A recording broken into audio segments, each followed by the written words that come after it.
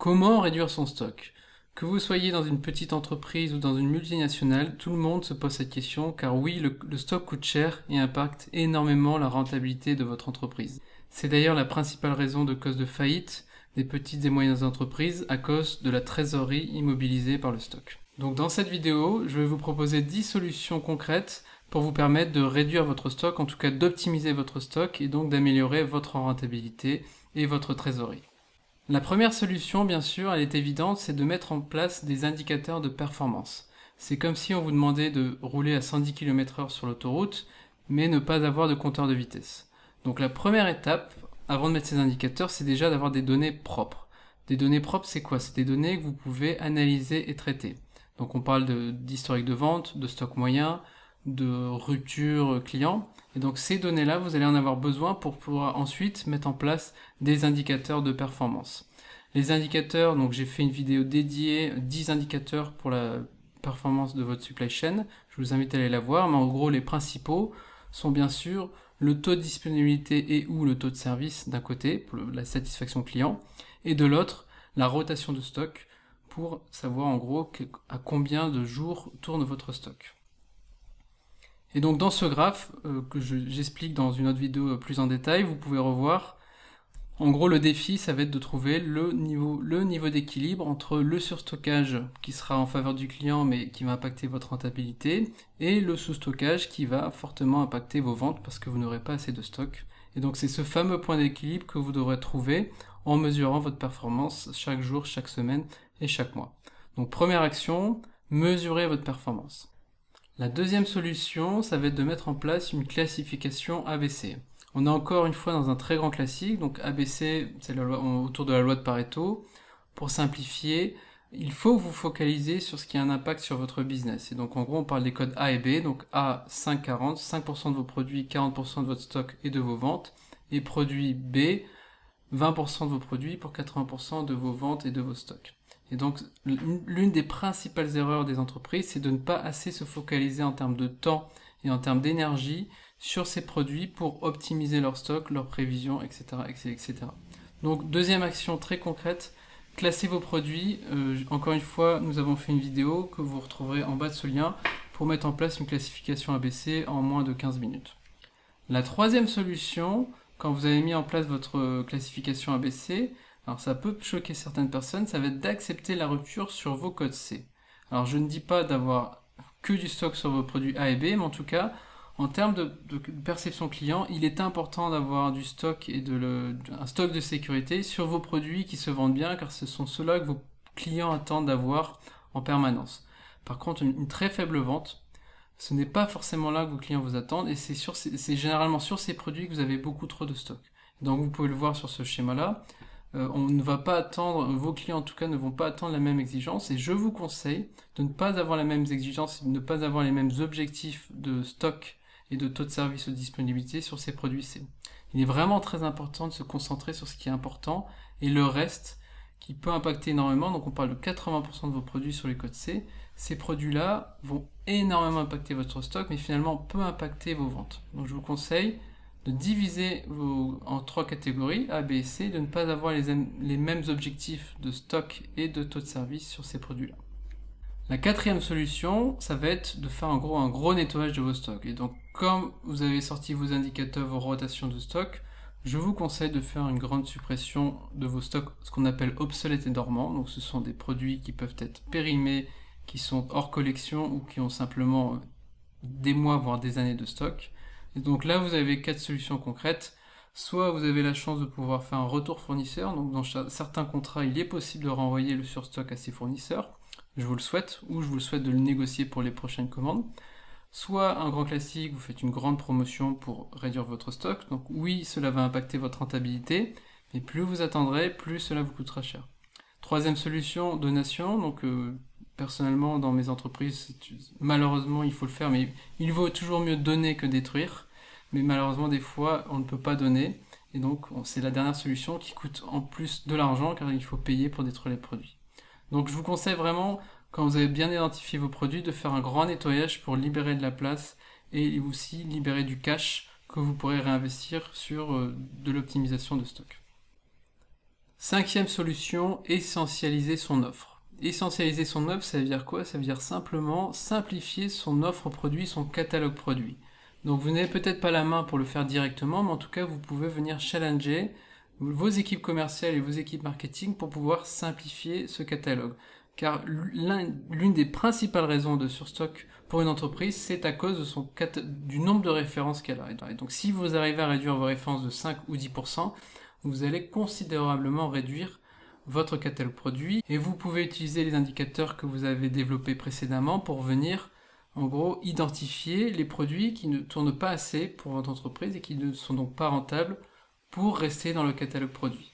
Pour illustrer mes propos, Apple aujourd'hui est l'entreprise la plus rentable du monde avec seulement une vingtaine de produits différents dans son catalogue.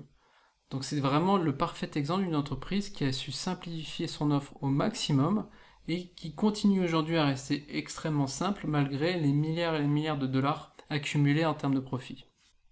Le deuxième exemple, qui est l'inverse d'Apple, c'est l'entreprise Amazon. Donc Amazon est reconnue pour vendre quasiment tout ce qu'il est possible de vendre sur Internet. Et on peut aussi s'inspirer d'Amazon sur le fait que finalement Amazon n'a pas en stock l'ensemble de son offre produit. Et donc vous allez voir ce qu'on appelle la marketplace. Et donc quand un produit se vend énormément, Amazon le référence dans ses entrepôts. Mais si cette référence ne se vend pas suffisamment, elle va laisser directement le fournisseur l'expédier au client final. Et donc finalement, Amazon ne va jamais avoir de stock sur ces produits-là, et ce sont d'ailleurs ces produits-là qui sont les plus rentables. Et donc posez-vous cette question-là. Premièrement, essayez de simplifier votre offre produit, et si vous ne pouvez pas les retirer du catalogue, peut-être qu'il est possible que ces produits soient seulement disponibles sur commande. Donc je reviendrai sur Apple et Amazon dans d'autres vidéos où je vous expliquerai vraiment concrètement comment leur gestion de stock et leur supply chain fonctionnent. 6e solution, concentrez-vous sur l'amélioration de vos prévisions. Donc la prévision est fondamentale si vous voulez optimiser votre stock. Donc vous avez deux types de prévisions, vous avez la prévision de vente et la prévision d'achat. Sur la prévision de vente, je vous conseille vraiment de vous focaliser sur vos produits A et B. Je vous conseille aussi de vraiment contrôler la qualité de vos données historiques, car ce sont les données historiques qui vont produire et qui vont vous aider à avoir une bonne prévision future. Et je vous conseille aussi de mettre en place des algorithmes de prévision. Je reviendrai dessus dans d'autres vidéos. Sur les prévisions d'achat, je vous conseille déjà de passer vraiment du temps sur vos commandes initiales, donc ce qu'on appelle aussi les commandes d'implantation, car généralement ce sont sur des commandes de nouveaux produits que les principales erreurs sont faites. Sur le reprévisionnement, j'en reparlerai tout à l'heure, mais il est fortement conseillé de l'automatiser. Et je vous conseille aussi d'optimiser, de bien contrôler tous vos paramètres liés à votre prévision d'achat, comme les stocks de sécurité, les délais, etc., etc. Donc, si vous pouvez mesurer votre qualité de prévision vraiment et qu'elle n'est pas bonne, concentrez-vous vraiment à l'améliorer, car c'est vraiment un point fondamental dans l'optimisation de votre stock. 7e point, réduire vos minimums de commandes. Donc, encore une fois, ça peut paraître évident, mais souvent on ne contrôle pas ces données régulièrement. Clairement, si vous commandez un nouveau produit, et que vous devez prendre tout de suite 3 à 6 mois, peut-être 1 an de stock, vous ne pouvez pas commander ce produit. Donc soit vous négociez avec le fournisseur, soit vous changez de fournisseur, ou soit vous supprimez simplement cet article, car cet article n'est pas rentable. Mais vous ne pouvez pas vous permettre de commander 6 ou 1 an de stock à chaque fois, simplement parce que votre fournisseur vous dit que c'est le minimum possible pour chaque commande. Donc concentrez-vous. Encore une fois, contrôlez la liste de tous vos minimums de commandes par rapport à vos ventes moyennes. Et si vous voyez que ce ratio est trop important, prenez une décision, mais n'acceptez pas ces minimums de commandes. 8e solution, réduire vos délais. Pour simplifier, plus votre délai sera long, plus votre stock sera important. Il sera plus important dans votre entrepôt ou dans votre magasin, mais aussi plus important en termes financiers, car vous allez devoir le payer avant. Donc concentrez-vous encore une fois toujours sur vos codes A et B en termes de stock. Alors, essayez de réduire ce délai d'approvisionnement, aussi ce délai de réapprovisionnement qui peut être différent de la commande initiale. Essayez aussi d'optimiser les fréquences de livraison, peut-être les modes de transport, camion, bateau ou avion, les lieux de stockage, si votre lieu de stockage est trop loin, vous allez encore une fois perdre du délai. Et bien sûr, on parle aussi du délai de paiement qui est peut-être pour moi le plus important, parce qu'on parle de trésorerie. Donc si vous arrivez à renégocier ces délais de paiement, vous allez considérablement améliorer la trésorerie de votre entreprise. Mais ce qui est vraiment fondamental, c'est toujours d'avoir une approche coût complet. Vous pouvez peut-être gagner 10% en prix d'achat en achetant en Chine par rapport à la France, mais vous allez énormément perdre en termes de stock et de flexibilité si vous achetez 6 mois en avance en Asie. Donc je reviendrai encore une fois dessus sur ce qu'on appelle l'approche coût complet, mais ayez toujours en tête que ce n'est pas seulement le prix d'achat qui va faire la rentabilité de votre entreprise. Neuvième solution, centraliser vos stocks. Donc c'est vraiment encore une erreur classique. Je vous conseille très fortement, surtout si vous avez problème de stock ou de disponibilité d'ailleurs, de recentraliser vos produits sur un seul point de stockage. Donc si vous avez plusieurs entrepôts, je vous conseille de les remettre sur un seul point de stockage.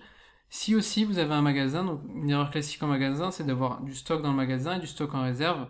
Ah oui, mais je n'ai pas la place, mais finalement, le fait d'avoir cette duplication de stock va générer du surstock et va aussi générer énormément d'erreurs de gestion de stock, car tout n'est pas concentré au même endroit. Donc je n'ai pas le temps de rentrer dans le détail de ce sujet de centralisation et de répartition de stock, mais encore une fois, je vous conseille de minimiser au maximum le nombre de points de stockage pour chaque produit. Je vous conseille toujours aussi d'être sous contrainte. La nature a horreur du vide, donc si vous avez de la place, vous allez avoir plus de stock. Donc un très bon exemple, c'est Toyota. Toyota est reconnu, donc ces usines sont généralement 2 à 3, 4 fois plus petites que leurs concurrentes. Et le principe même de Toyota, c'est de ne pas avoir de place pour ne pas avoir de stock. Et donc leur capacité de production est quasiment égale à certaines usines comme Peugeot ou Renault en France par exemple.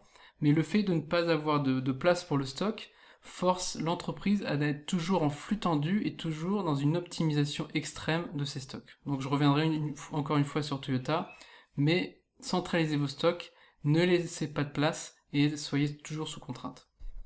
Dixième solution, ça va être d'automatiser votre gestion de stock. Donc si vous ne l'avez pas déjà, encore une fois, on est sur un grand classique, une erreur que font énormément d'entreprises, c'est de gérer leur stock manuellement. Et l'on sait, donc on a beaucoup d'études qui montrent qu'en gros à 95% l'approvisionnement devrait être automatique, car l'humain n'est pas fait pour gérer le détail, il devrait être uniquement fait pour gérer les exceptions manuellement, comme une promotion ou un événement exceptionnel. Et donc je vous conseille, si vous ne l'avez pas déjà, de commencer à envisager d'automatiser votre prévision, vos réapprovisionnements, pour passer plus de temps sur ce qui a vraiment de la valeur ajoutée pour votre entreprise et pour votre gestion de stock. Donc pour ça, il existe énormément de logiciels et de solutions. La plus classique, encore une fois, est Excel aujourd'hui, où vous pouvez tout à fait automatiser, on va dire à 90% vos produits avec peut-être une ou deux macros Excel. Il existe, en fonction de votre secteur d'activité et de la taille de votre entreprise, des milliers de solutions sur le marché. Je vous conseille d'aller voir les vidéos et notre page dédiée sur les logiciels de gestion de stock. Donc voilà 10 solutions qui, j'espère, vont vous permettre de réduire votre stock. Il s'agit bien évidemment d'une vidéo d'introduction, et si vous souhaitez aller beaucoup plus loin et avoir des résultats concrets, je vous invite à aller voir dans les liens qui sont sous la vidéo, où je vous expliquerai vraiment en détail comment optimiser et réduire votre stock de manière concrète et simple. Retenez qu'une seule chose à la fin, vraiment la clé d'une bonne gestion de stock, c'est de vraiment rester simple en termes de process, en termes de priorité, en termes de gestion du temps. Donc vraiment concentrez-vous sur l'essentiel et simplifiez toujours au maximum vos process et la façon dont vous travaillez pour optimiser votre stock. J'espère que cette vidéo vous a plu, n'hésitez pas à vous abonner à notre chaîne pour recevoir d'autres vidéos pour optimiser la gestion de votre stock. À bientôt!